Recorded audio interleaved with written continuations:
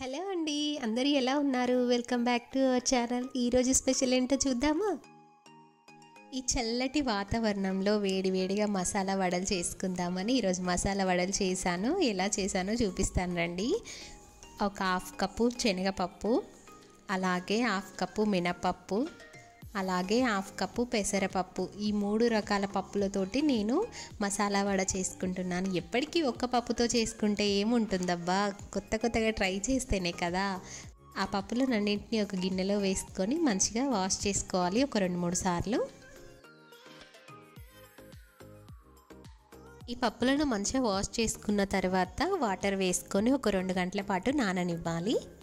చూడండి, 2 గంటల తర్వాత పూర్తిగా నానిపోయాయి. మరీ ఎక్కువ టైం ఏం అవసరం లేదు, 2 గంటలు సరిపోతాయి.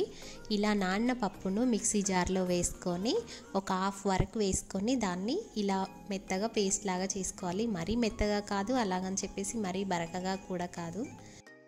ఈ మిక్సీ పట్టుకున్న పప్పును ఒక గిన్నెలోకి మార్చుకోవాలి. అలాగే మనం పట్టుకోగా కొంచెం పప్పు మిగిలిపోయి ఉంటుంది కదా, అందులో నుంచి కొంచెం పప్పు తీసి పక్కన పెట్టుకోవాలి. మిగిలింది మళ్ళీ మిక్సీ గిన్నెలో వేసుకొని అందులో ఒక 4-5 వెల్లుల్లి రెబ్బలు, అలాగే ఒక ఉల్లిగడ్డ కట్ చేసుకొని వేసుకోవాలి. దాంతోపాటు ఒక 2 ఎండుమిర్చి, అలాగే కొంచెం జీలకర్ర, రుచికి సరిపడా ఉప్పు వేసుకొని దీన్ని కొంచెం పేస్ట్ లాగా చేసుకోవాలి.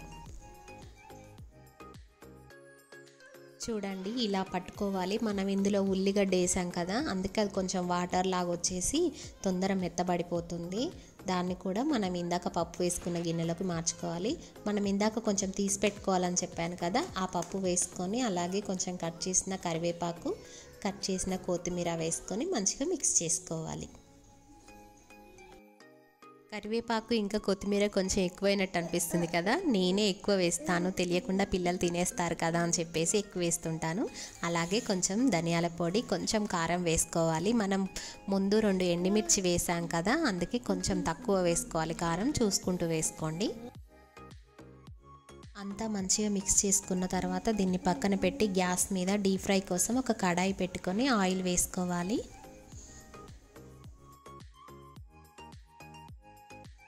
ఆయిల్ మంచిగా వేడైన తర్వాత ఒకటికొకటి వడలను మనం ఆయిల్లో వేసుకోవాలి.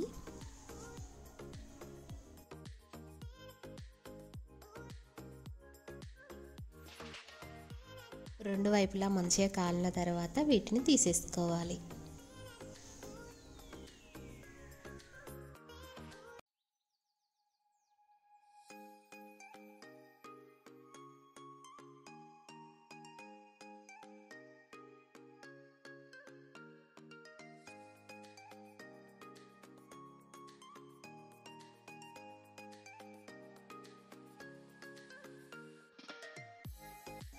వేడివేడిగా మసాలా వడలు రెడీ అయిపోయాయి.